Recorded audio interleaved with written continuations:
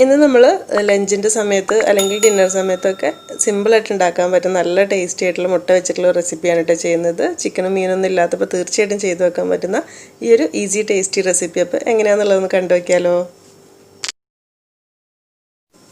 അപ്പോൾ ആദ്യം ഒരു ബൗളിലേക്ക് ഒരു 3 കോഴിമുട്ട പൊട്ടിച്ചെടുത്തിട്ടുണ്ട്. അതിലേക്കൊരു 1/4 ടീസ്പൂൺ കുരുമുളക് പൊടി ഇട്ട് കൊടുക്കാം.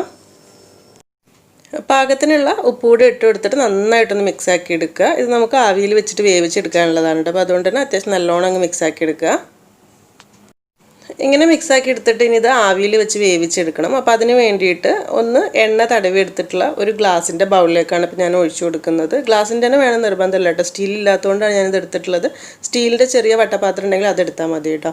പിന്നെ ഗ്ലാസിൻ്റെ എടുക്കുമ്പോൾ പ്രത്യേക ഒരു കാര്യം ശ്രദ്ധിക്കേണ്ടത് വെച്ചാൽ പെട്ടെന്ന് പൊട്ടുന്ന ചൂട് തട്ടുമ്പോൾ പൊട്ടുന്ന കട്ടി കുറഞ്ഞ പാത്രം ഒരിക്കലും എടുക്കരുത്. ഇതിന് പാകത്തിന് വെള്ളം തിളപ്പിച്ചിട്ട് നമ്മൾ സ്റ്റീം ചെയ്തെടുക്കില്ല ഇഡ്ഡലിക്കൊക്കെ വേണ്ടിയിട്ട്, അതുപോലെ തന്നെ ഇതിൻ്റെ ഉള്ളിലേക്ക് വെച്ച് കൊടുക്കുക. അപ്പോൾ ഒരു ഫോയിൽ പേപ്പർ വെച്ചിട്ട് പറ്റുകയാണെങ്കിൽ ഒന്ന് കവർ ചെയ്ത് കൊടുക്കാൻ നന്നായിരിക്കും. അല്ലെങ്കിൽ അതിന് പാകത്തിനുള്ള ഒരു അടപ്പുണ്ടെങ്കിൽ അടപ്പ് വെച്ച് മൂടി കൊടുത്താലും മതി. എന്നിട്ട് ഇത് അടച്ച് വെച്ചിട്ട് ഒരു 15 മുതൽ 20 മിനിറ്റ് വരെ വേണ്ടി വരും. സമയം എങ്ങനെയാണെന്ന് വെച്ചാൽ ഇപ്പോൾ നമ്മൾ എടുത്തിട്ടുള്ള മുട്ടയുടെ അളവ് ഇപ്പോൾ ഇതൊരു ചെറിയ പാത്രത്തിലാണെങ്കിൽ ചിലപ്പോൾ ഒരു 20 മിനിറ്റ് വേണ്ടി വരും. നമുക്കിപ്പോൾ ഇതൊരു 15 മിനിറ്റ് ആയ സമയത്ത് തന്നെ തുറന്ന് നോക്കുമ്പോൾ അത്യാവശ്യം നന്നായിട്ട് തന്നെ വെന്ത് കിട്ടിയിട്ടുണ്ട് കേട്ടോ.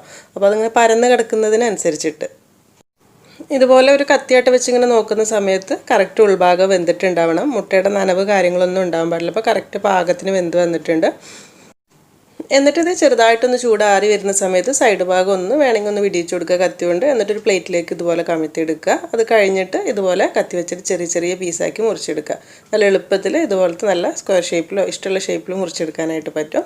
ഇതൊരു സൈഡിലേക്ക് മാറ്റി വെക്കാം.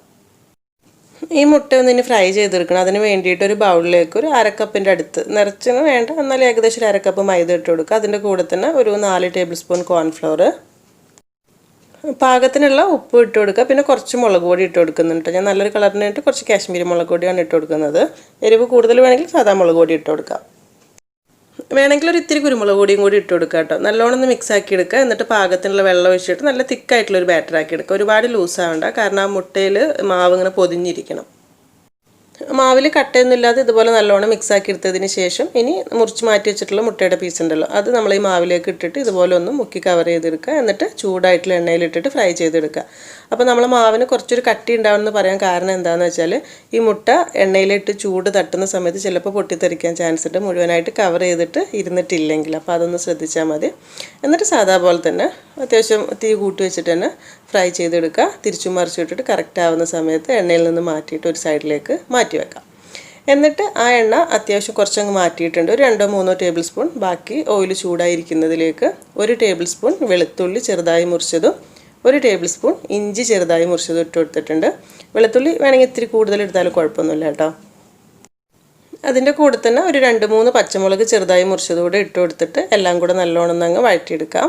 ഒന്നങ്ങ് മൂത്ത് വന്നോട്ടെ. ഇഞ്ചി വെളുത്തുള്ളിയൊക്കെ നന്നായിട്ട് മൂത്ത് വരുന്ന സമയത്ത് മീഡിയം സൈസിൽ വരുന്ന 2 സവാള ഇതുപോലെ ചെറുതായി മുറിച്ചതുകൂടി ഇട്ട് കൊടുക്കുന്നുണ്ട്. അതിൻ്റെ കൂടെ തന്നെ ഉള്ളി വഴന്നു വരാൻ ആവശ്യത്തിനുള്ള ഉപ്പ് കൂടി ഇട്ട് കൊടുക്കുക. എന്നിട്ട് നന്നായിട്ട് മിക്സ് ആക്കിയിട്ട് അത്യാവശ്യം നന്നായിട്ടൊന്ന് വഴറ്റിയെടുക്കുക. അപ്പോൾ സാധാരണ നമ്മൾ ഇതുപോലെ സോസൊക്കെ വെച്ച് മഞ്ചൂരിയനൊക്കെ ചെയ്യുന്ന സമയത്ത് ഉള്ളി കുറച്ച് വലിയ പീസാക്കി ഇടലുണ്ട്. അങ്ങനെ കടിക്കാൻ ഇഷ്ടമാണെന്നുണ്ടെങ്കിൽ ലാസ്റ്റ് നമ്മൾ ക്യാപ്സിക്കം ഇടുന്ന സമയത്ത് ഇതിൻ്റെ ഒരു പകുതി കഷ്ണം ഉള്ളി മാറ്റി വെച്ചിട്ട് അത് ഒന്ന് വലുതാക്കി മുറിച്ചിട്ടാലും മതി കേട്ടോ. ഞാനിപ്പോൾ ഇങ്ങനെ ചെയ്തു എന്നേ ഉള്ളൂ. ഉള്ളി അത്യാവശ്യമൊക്കെ ഒന്ന് വഴന്നു വരുന്ന സമയത്ത് ഇതിലേക്കുള്ള പൊടികളൊക്കെ ഇട്ട് കൊടുക്കുക. അപ്പോൾ ആദ്യം കുറച്ച് കുരുമുളക് പൊടിയാണ് ഇട്ട് കൊടുക്കുന്നത്. ഒരു 3/4 ടീസ്പൂൺ, എരിവ് നോക്കിയിട്ട് കൂടുതൽ വേണമെങ്കിൽ ഇട്ട് കൊടുക്കാം.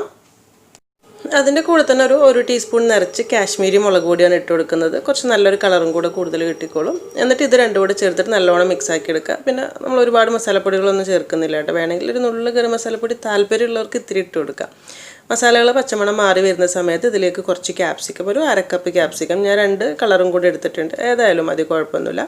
ക്യാപ്സിക്കം ചേർത്ത് കഴിഞ്ഞാൽ പിന്നെ ഒരുപാട് സമയം വഴറ്റി ഉടച്ചെടുക്കേണ്ട ആവശ്യമൊന്നുമില്ല കേട്ടോ. ഒന്നങ്ങ് മിക്സാക്കി ചൂടാക്കി വരുമ്പോഴത്തേക്ക് അത് കറക്റ്റായിട്ടുണ്ടാവും. ഇനി തീ നന്നായിട്ടൊന്ന് കുറച്ച് വെച്ച ശേഷം ഒരു 1 ടേബിൾ സ്പൂൺ ടൊമാറ്റോ കെച്ചപ്പ് ചേർത്ത് കൊടുക്കുന്നുണ്ട്. ഇനി സോസുകളൊന്നും ചേർക്കാൻ താല്പര്യമില്ലെങ്കിൽ നമ്മൾ മുൻപ് ഒരു ഗോബി മഞ്ചൂരിയൻ ചെയ്തിട്ടുണ്ട്, ഒരു സോസും ഇല്ലാതെ തക്കാളിയൊക്കെ അരച്ച് നല്ല ടേസ്റ്റിലുള്ളത്. അതിൻ്റെ ലിങ്ക് ഡിസ്ക്രിപ്ഷനിലുണ്ട്. അതേ രീതിയിൽ ചെയ്യാം കേട്ടോ, ഒരു വ്യത്യാസമില്ല. പിന്നെ ഒരു ഇത്തിരി ചില്ലി സോസും കൊടുക്കുന്നുണ്ട്.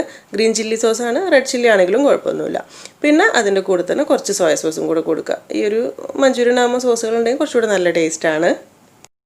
പിന്നെ ഒരു 1/2 ടീസ്പൂൺ വിനാഗിരി ഒഴിച്ചു കൊടുക്കുക. ഒരു 2 നുള്ളു പഞ്ചസാര, കൂടുതൽ വേണ്ട, ഒരു ടേസ്റ്റ് ബാലൻസിന് വേണ്ടി മാത്രം. ഇത്രയും കാര്യങ്ങളെല്ലാം കൂടെ ചേർത്തിട്ട് നന്നായിട്ട് അങ്ങ് മിക്സ് ആക്കി എടുക്കാം. എല്ലാം കൂടെ കറക്റ്റ് ഇതുപോലെ നല്ല സെറ്റായി വരുന്ന സമയത്ത് കുറച്ച് കോൺഫ്ലോർ, ഒരു ടീസ്പൂണൊക്കെ മതിയാവും കേട്ടോ, കൂടുതൽ വേണ്ട. കൂടുതൽ കട്ടിപ്പായാലും ടേസ്റ്റ് ഇല്ല.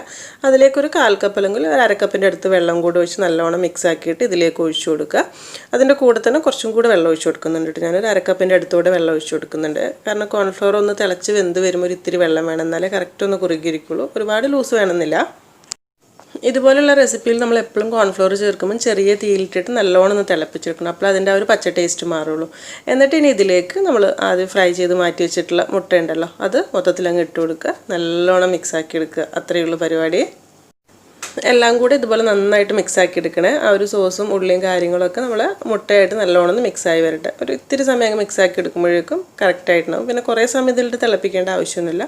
ആ ഒരു ചെറിയൊരു ക്രിസ്പിയോട് കൂടി തന്നെ ഇരുന്നു കേട്ടോ. എന്നിട്ട് ലാസ്റ്റ് ഗ്യാസ് ഓഫ് ചെയ്യുന്ന സമയത്ത് ഇതിലേക്ക് കുറച്ച് സ്പ്രിംഗ് ഓണിയൻ ഗ്രീനോട് ഉണ്ടെങ്കിൽ അതോടെ മുറിച്ചിട്ട് ഇട്ട് കൊടുത്താൽ നമുക്ക് ചൂടോടുകൂടി തന്നെ സെർവ് ചെയ്യാം.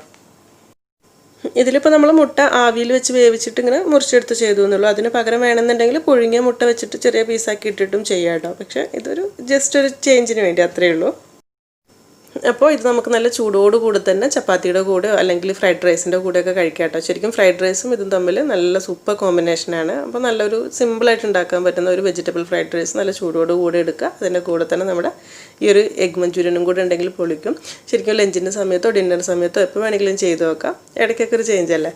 അപ്പോൾ നിങ്ങൾക്ക് ഇഷ്ടമായി എന്ന് വിചാരിക്കുന്നു. ഈ രീതിയിൽ ചെയ്തിട്ടില്ലെങ്കിൽ ചെയ്യുന്ന സമയത്ത് ഫീഡ്ബാക്കൊക്കെ അറിയിക്കുക. ഇനി എന്തായാലും നല്ല റെസിപ്പിയായിട്ട് പുതിയ വീഡിയോയിൽ കാണാം. താങ്ക്